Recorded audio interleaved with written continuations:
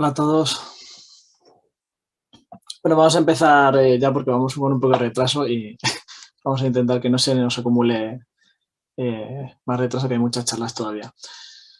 Bueno, yo me presento, soy Juan Vicente Herrera, Cloud Architect en Red Hat, y voy a simplemente introduciros unas breves píldoras en estos 10 minutillos sobre la seguridad en contenedores básica cuando uno comienza con este mundillo de Kubernetes OpenShift, sobre todo.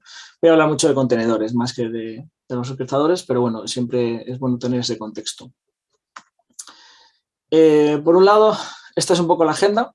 Vamos a tratar básicamente de entender durante todo el ciclo de vida de un contenedor, desde su construcción, su despliegue, hasta su ejecución, que es la parte que suele estar más expuesta, claro, por duración de tiempo. ¿Cómo podemos empezar con la seguridad básica? Y luego, pues unas recomendaciones para extender como siguientes pasos una vez que tenemos ya esta seguridad básica de contenedores implementada.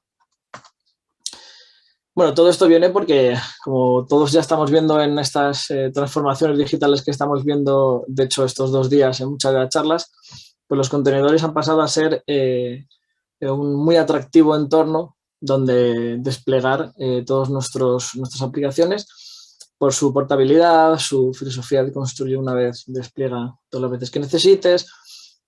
Suele ser, si está bien montado, que es una de las cosas que vamos a tratar, que no solo es tener seguridad, sino tenerla de manera gestionable, operativa y automatizada. ¿Para qué? Pues para que sea un entorno amigable para desarrolladores, para la gente que opera, para todos, no solo que sea una plataforma robusta. Y bueno, pues ahora mismo Kubernetes y la versión empresarial de la Upstream, que es Red Hat OpenShift, pues es la plataforma por excelencia. En esta charla se va a tratar de hablar de todo lo que es extensible a Kubernetes OpenShift. No, vamos a intentar no hablar mucho de cosas específicas de OpenShift, alguna trataré porque sí es interesante, pero bueno, todo será extensible a Kubernetes. ¿Qué vamos a intentar sobre todo? Vamos a tratar estos ítems que veis aquí de construcción, despliegue y tiempo de ejecución. De estos 12 que hay aquí vamos a tratar 10 hoy por encima y daré un poquito de detalle de por dónde empezar a implementar cada uno de ellos. Y sobre todo lo que veis aquí abajo es que va a ser un ciclo de vida constante y automatizado. Sobre todo tiene que ser constante. Cosas importantes que vamos a tratar, pues seguridad a la hora de construir las imágenes, cómo gestionarlas dentro del registry que tengamos para hacer ese almacenamiento y gestión de las imágenes. Vamos a tratar de integrar todo en nuestro pipeline de CI/CD, porque es la mejor manera de controlar todo este flujo. Y luego pues vamos a tratar la parte de deploy, sobre todo el Identity and Access Management y las políticas de despliegue dentro de este ciclo de vida de los orquestadores, para después tratar, sí, puntos muy importantes, los 4 puntos que vemos en la parte de ejecución, pues el aislamiento de los contenedores y el aislamiento de la red donde están esos contenedores, y luego pues la parte de acceso a los datos en tránsito, sobre todo, y la observabilidad con monitorización, login y el histórico de acciones que se ejecutan en la plataforma.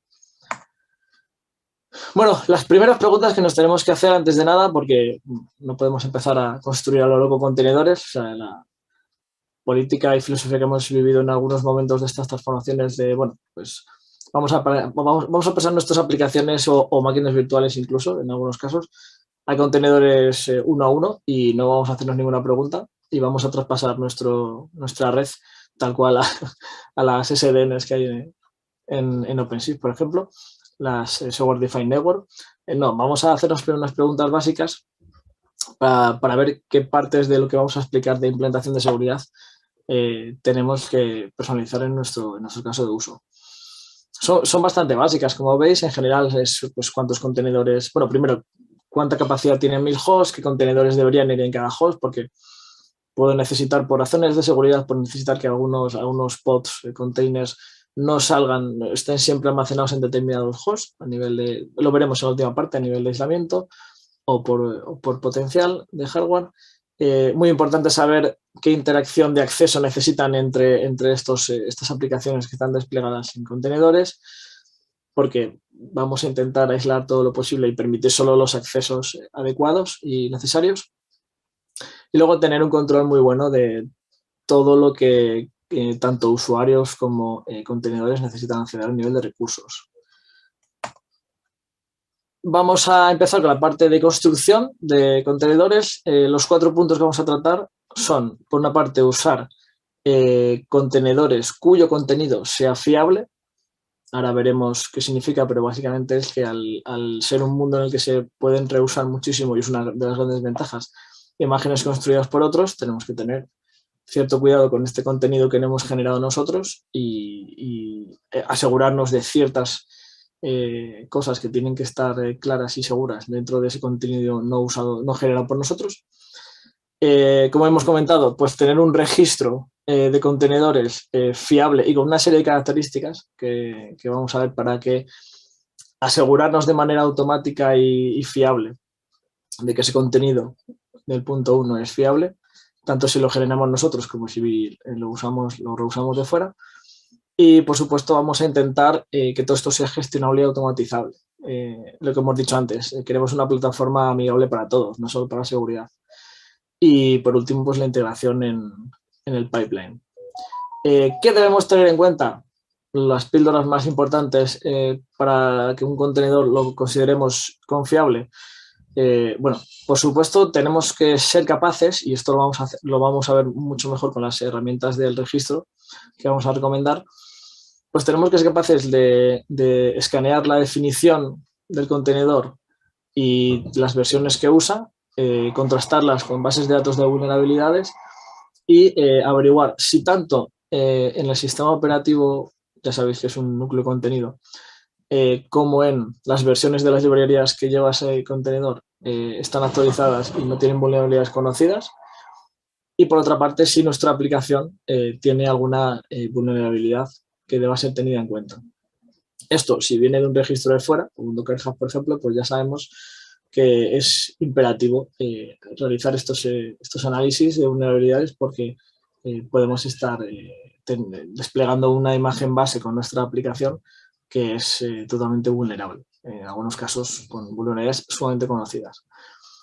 Y luego tener en cuenta que cada vez que actualicemos esa imagen base que estamos usando, sea nuestra o sea de fuera, sobre todo si es de fuera, tenemos que volver a escanear esas actualizaciones. Eso es muy importante para ver si introducen nuevos problemas.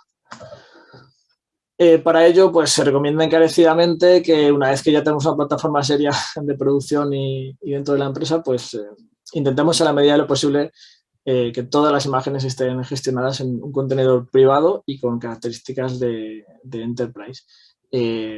Los registros públicos y gratuitos están muy bien para algunas cosas, pero no vamos a poder realizar todos estos escaneos y esta gestión de acceso que estamos hablando de manera segura dentro de nuestra compañía.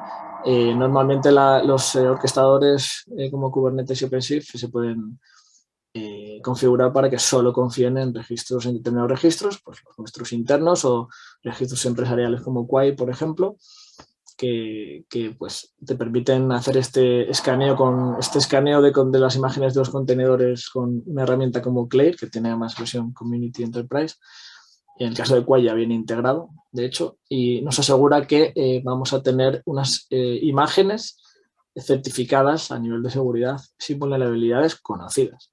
En algunos casos también podemos hacer un escaneo con herramientas más clásicas como AIDE para ver si tenemos algún tipo de problema a nivel de permisos de ficheros, etc.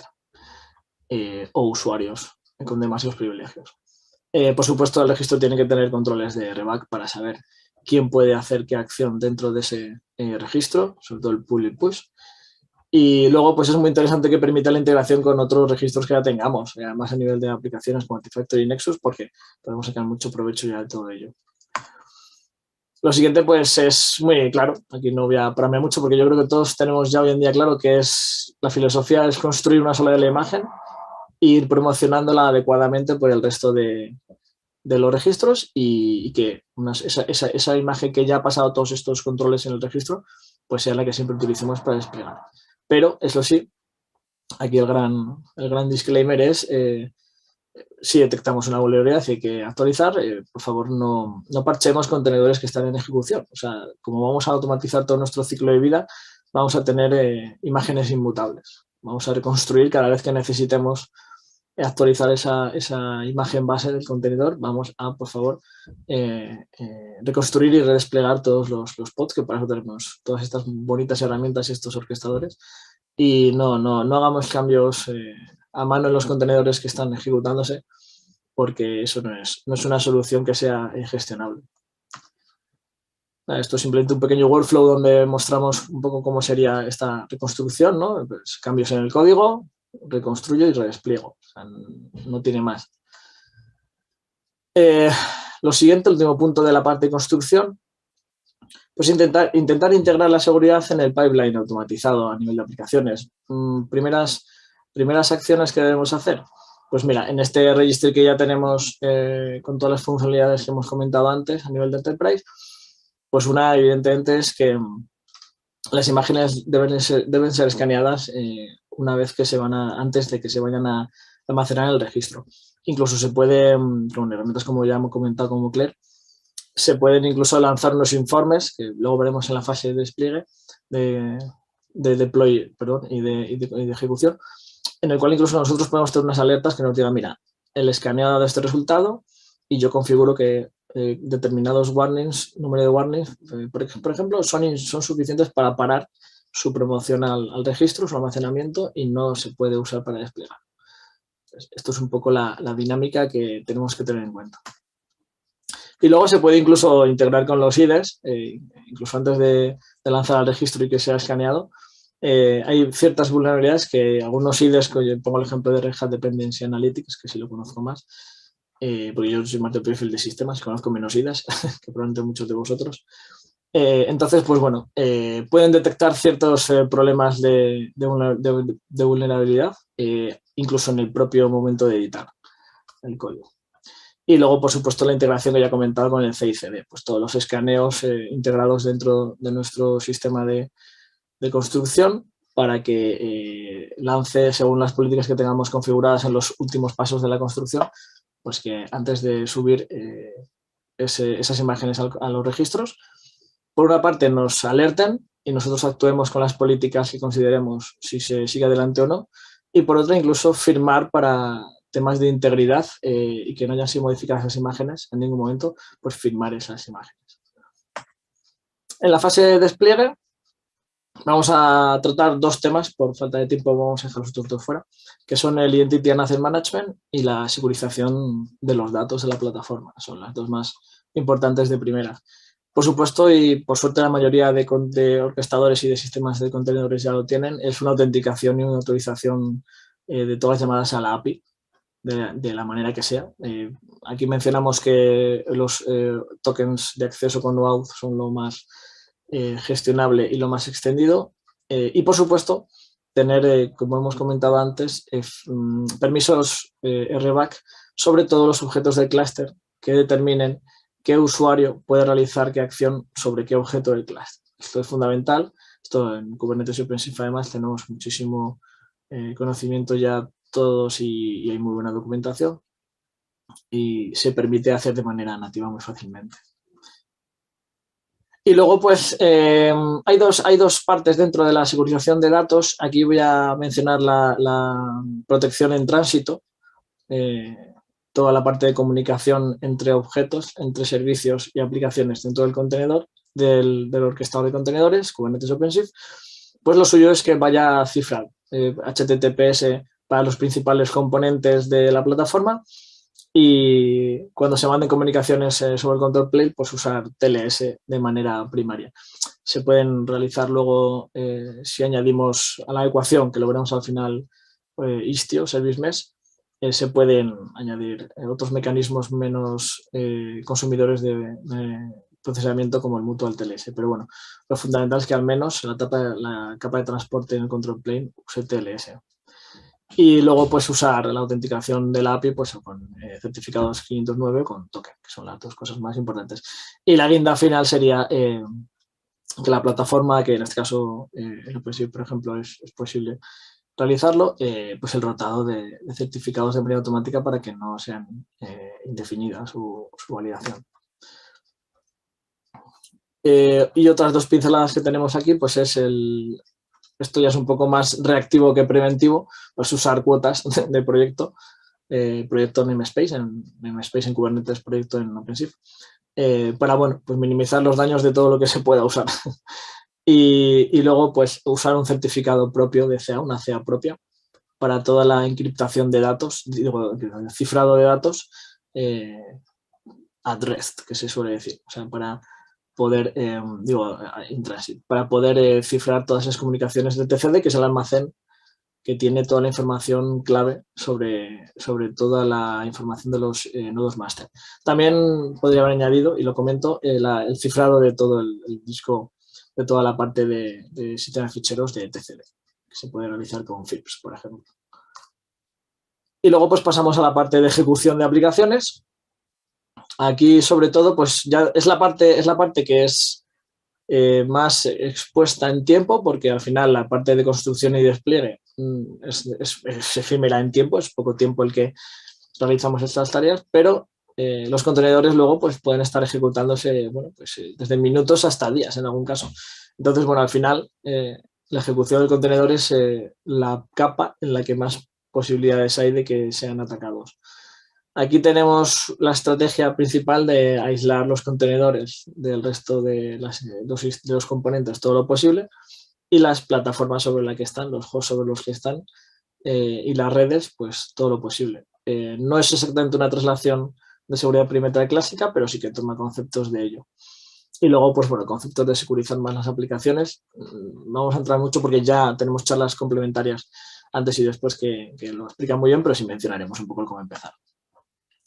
A nivel de el aislamiento de los contenedores, pues bueno, recomendamos por supuesto que el framework NIST ha publicado además la recomendación encarecidamente de pues, usar un sistema operativo que albergue los contenedores, que esté muy orientado a este sistema, es decir, hablando en plata, un sistema clásico como podían ser los que teníamos hasta ahora Linux Windows, no tenían esa orientación tan clara a correr contenedores, y en cambio pues sistemas como Coreos, ahora recién adquirido por Red Hat y nombrado Red Hat Coreos, o el Atomic OS que conocíamos anteriormente, tienen una inmutabilidad a nivel física del sistema operativo que funciona por capas y está muy orientado a la inmutabilidad que comentábamos antes para las imágenes de los contenedores, y además tienen implementados pues los sistemas que estamos viendo aquí de seguridad